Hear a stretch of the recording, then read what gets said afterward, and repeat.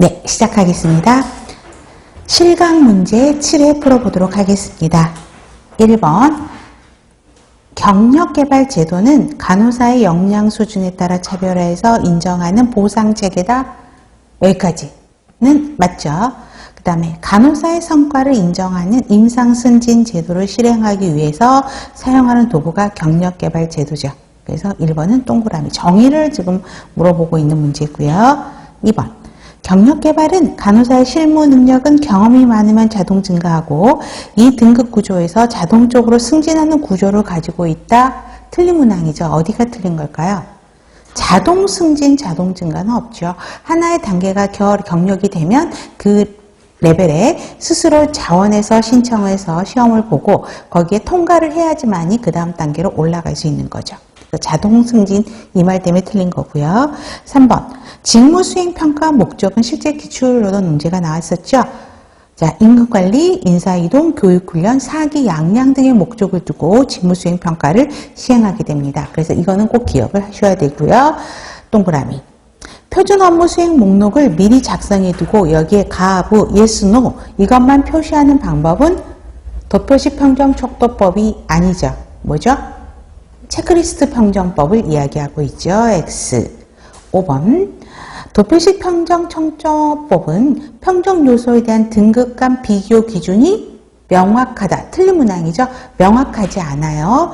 또 그래서 틀렸고 연쇄효과 관대화 경향이 나타나기 쉽다. 이 뒷문장은 맞아요. 그래서 앞문장 때문에 틀린 거죠. 등급과 비교 기준이 명확하지 않아요. 그래서 X. 자, 직무 분석에 기초를 두고 주요 과업 분야를 선정하고 바람직한 또는 바람직하지 않은 형태의 유형과 등급을 구분 제시한 뒤 각 등급마다 주요 형태를 명확하게 기술하여 점수를 부여하는 방법을 목표관리법이라고 한다. 틀린 거죠. 목표관리법이 아닌 행태중심 평정척도법, 다른 말로 하면 행위중심 평정척도법을 이야기하고 있죠. 7번.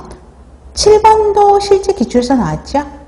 강제개분법의 장점을 물어보는 거죠. 절대평가의 단점인 집중화, 관대화 경향을 막을 수 있다라는 거였고, 동그라미고요. 8번.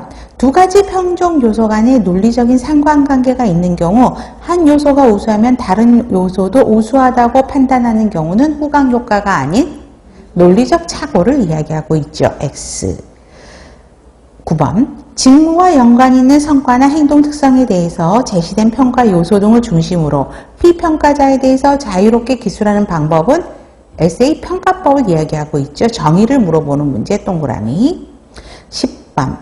중심화 경향은 평가자의 자신감 결여, 평가 방법 및 피평가자에 대한 이해 부족, 평가 능력, 시간 부족, 저평가 시 피평가자와의 갈등 우려 때문에 나타날 수 있죠. 동그라미.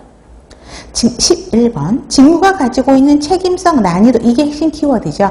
이거에 따라서 직무의 상대적 가치를 분석평가하여 지급하는 임금체계는 그렇죠. 직무급을 이야기하고 있고요. 12번 법정수당에는 퇴직수당, 휴업수당, 야간근무수당, 유급휴일수당, 연장근무수당이 법적수당이죠. 동그라미. 13번 능력별 보상제도는 능력평가의 객관성하고 신뢰성이 있어야 되는데 이게 부족하다 그랬어요. 그렇기 때문에 구성원들이 이걸 받아들이는 게 약하다고요. 수용도가 약하고 공정하다라고 하는 느낌이 줄어들 수밖에 없게 되죠. 동그라미입니다. 14번 훈육은 직원의 문제 행동보다는 사람 자체에 초점을 둔다. 틀린 거죠. 옳게 바꾸면 훈육은 사람 자체에 초점을 두기보다는 직원의 문제 행동에 대해서 관심을 더 두어야 되죠. X.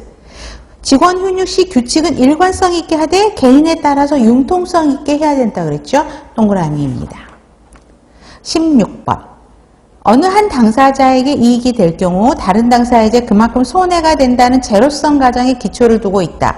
또 고정된 자원 분배에 대한 협상으로 가장 보편적인 협상의 유형은 통합적 협상이 아닌 분배적 협상을 이야기하고 있죠. 17번. 지도성을 구성하는 3요소는 지도자의 능력, 직원의 신뢰, 환경이 아니죠. 뭐죠 이거? 지도자가 있어야 되고 그를 따르는 추종자가 있어야 되고 지도자와 추종자가 함께 있는 환경적인 상황에 연결이 되게 되죠. 18번. 다른 사람의 행동을 영향을 주는 능력을 리더십이라고 하죠.